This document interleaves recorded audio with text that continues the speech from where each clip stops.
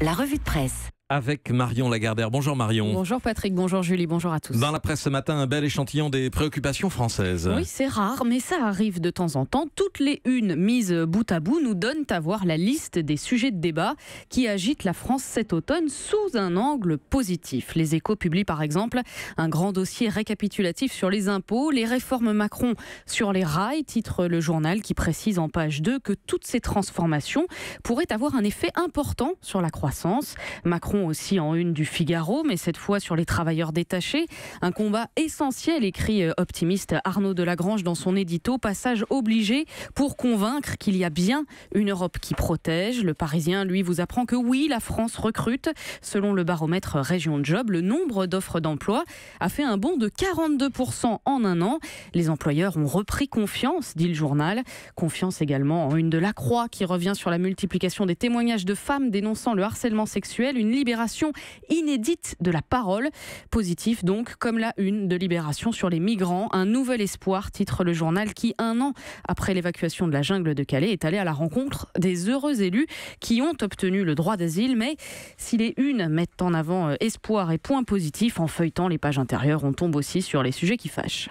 Alors, et notamment cette enquête de l'opinion sur la facture de 10 milliards d'euros que doit payer l'État. Oui, c'est l'histoire édifiante, dit le journal, de l'annulation bien tardive de la taxe à 3% sur les dividendes. En cause, l'incompatibilité de cette taxe avec le droit communautaire européen. Les experts interrogés par l'opinion sont unanimes. Dès octobre 2012, on le savait, écrit Raphaël Legendre.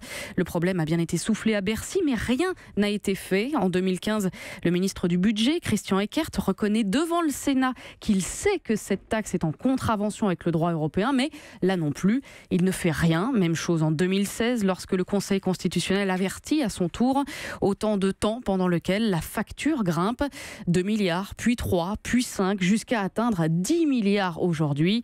Quant aux responsables, écrit le journaliste, ils sont quelques-uns à occuper des postes clés de la République. Emmanuel Macron, secrétaire général adjoint de l'Élysée, en charge de l'économie et donc de la fiscalité de 2012 à 2014. Alexis Collère, actuel secrétaire général de l'Élysée et ex-directeur de cabinet du ministre des Finances Pierre Moscovici. Mais il y a aussi Amélie Verdier, ex-directrice de cabinet du ministère du Budget, qui est aujourd'hui directrice du budget et donc en charge de trouver les 10 milliards à rembourser, sans compter Laurent Martel, ex-conseiller fiscal du ministre du Budget Jérôme Cahuzac et aujourd'hui conseiller fiscal de Matignon et de l'Élysée. La liste est éloquente, pourtant Bruno Le Maire pointe un autre quatuor de responsables. Hollande, Ayrault, Cahuzac et Moscovici. Plus pratique évidemment, Bruno Le Maire qui a demandé à l'inspection des finances de faire toute la lumière sur le processus de décision.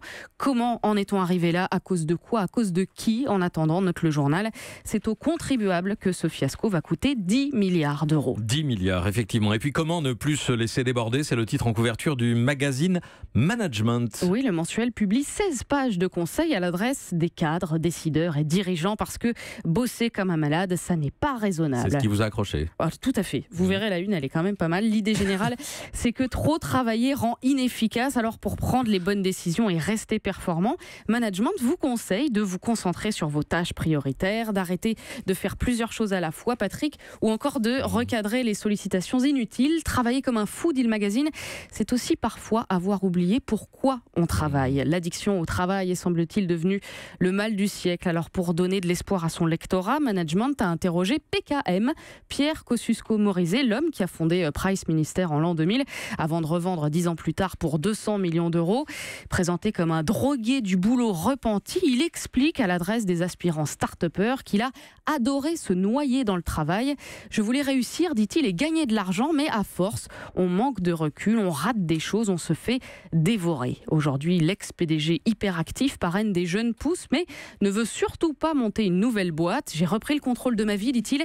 Je lis, je peins, je nage 2 heures par jour, je médite régulièrement et j'ai un piano au bureau pour décompresser. Un homme heureux qui donne un dernier conseil. Offrez-vous un assistant. Voilà, une piscine, un piano et un assistant. Voilà. La sainte trinité du bonheur selon PKM, qui est un pionnier quand même de la Startup Nation. C'est simple. Justement, à propos de bonheur, on trouve ce matin plusieurs conseils dans les journaux. Et là, ça s'adresse à tout le monde. D'abord, faites du sport. C'est l'affirmation du Figaro qui rapporte les conclusions d'une étude menée en Norvège. Elle démontrent sans surprise que la pratique d'1 heure de sport par jour réduit clairement les risques de dépression. Le journal vous conseille particulièrement la nage, le vélo et la marche. La marche qui est aussi conseillée par l'explorateur Jean-Louis Etienne, 70 ans, dans Aujourd'hui en France. La marche aiguise la réflexion, dit-il, elle remet en ordre les idées. Au rayon recherche du bonheur, il y a aussi le dossier du magazine Elle qui vous explique comment changer de vie en douceur. Bref, une multiplication de conseils à mettre en parallèle avec ce sondage BVA publié dans le mensuel Psychologie. En 2017, 31% des Français déclarent avoir fait appel à un psy. Il n'était que 5% en 2001. Des chiffres, explique le magazine, qui sont le signe que le malaise s'accroît. Les psychothérapies sont sorties du champ médical pour soigner plus largement le mal de vivre et une difficulté grandissante à s'adapter à des environnements de plus en plus chaotiques. Bon, sinon, plusieurs journaux nous informent qu'une vente aux enchères a lieu demain à Jérusalem. Elle concerne 2 notes rédigées par Albert Einstein. Le gratuit 20 minutes raconte que sur l'une d'elles, il est écrit « Une vie tranquille et modeste apporte plus de joie que la recherche du succès qui implique une agitation permanente. » Sur l'autre note figure l'adage emprunté à Lénine « Là où il y a une volonté, il y a un chemin ». 20 minutes qui prend la peine de préciser que tout ça n'a aucune valeur scientifique. C'est vrai qu'on ne sait jamais, on manque parfois de prudence avec les marchands de bonheur. C'est vrai. Merci à vous Marion Lagardère pour la revue de presse. Europe 1.